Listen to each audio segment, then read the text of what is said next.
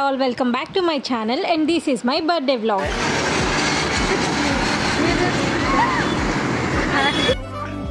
ఈ ఇయర్ నా బర్త్డేని కాబోయే ఈ క్యూట్ లిటిల్ కపుల్ అండ్ నా లవ్లీ హస్బెండ్తో సెలబ్రేట్ చేసుకున్నా.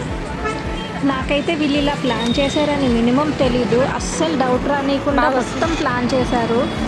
యాక్చువల్లీ మా హస్బెండ్కి ఈరోజు కంప్లీట్ డ్యూటీ ఉంది, సో ఇంటికి కూడా రాలేను అన్నారు. బట్ నేనైతే ఇది అస్సలు ఎక్స్పెక్ట్ చేయలేదన్నమాట.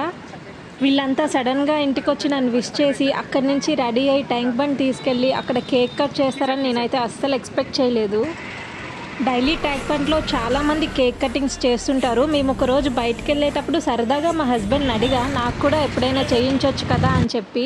అది మైండ్లో పెట్టుకొని ఈ ఇయర్ ప్లాన్ చేశారు. నేనైతే అస్సలు అనుకోలేదు, లిటరల్లీ ఎక్స్పెక్ట్ చేయలేదు నేను.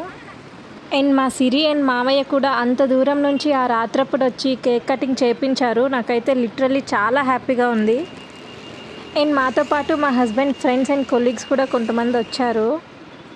టైం అయిపోతుందన్న హడావిడిలో మా వాళ్ళు కేక్ తెచ్చారు కానీ క్యాండిల్ తీసుకురాలేదు. క్యాండిల్ తెచ్చినాక మ్యాచ్ బాక్స్ తీసుకురాలేదు. మా పక్కన ఇంకా చాలామంది కేక్ కటింగ్స్ చేస్తున్నారు, సో వాళ్ళ దగ్గర నుంచి వెళ్ళి మ్యాచ్ బాక్స్ తీసుకొచ్చారనమాట.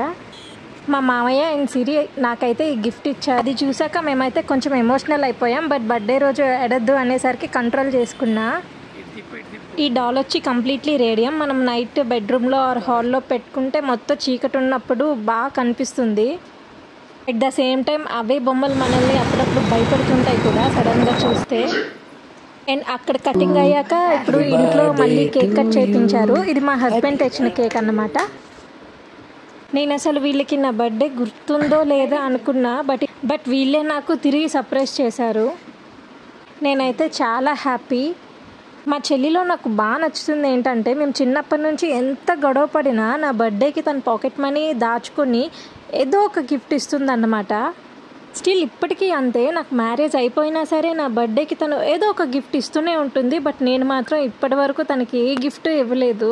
ఎందుకో నాకు ఇవ్వాలని అనిపించదు. మీకు కూడా అంతేనా? సో నా బర్త్డే సెలబ్రేషన్ అయితే ఇలా అయిపోయింది. Thanks for watching and please subscribe.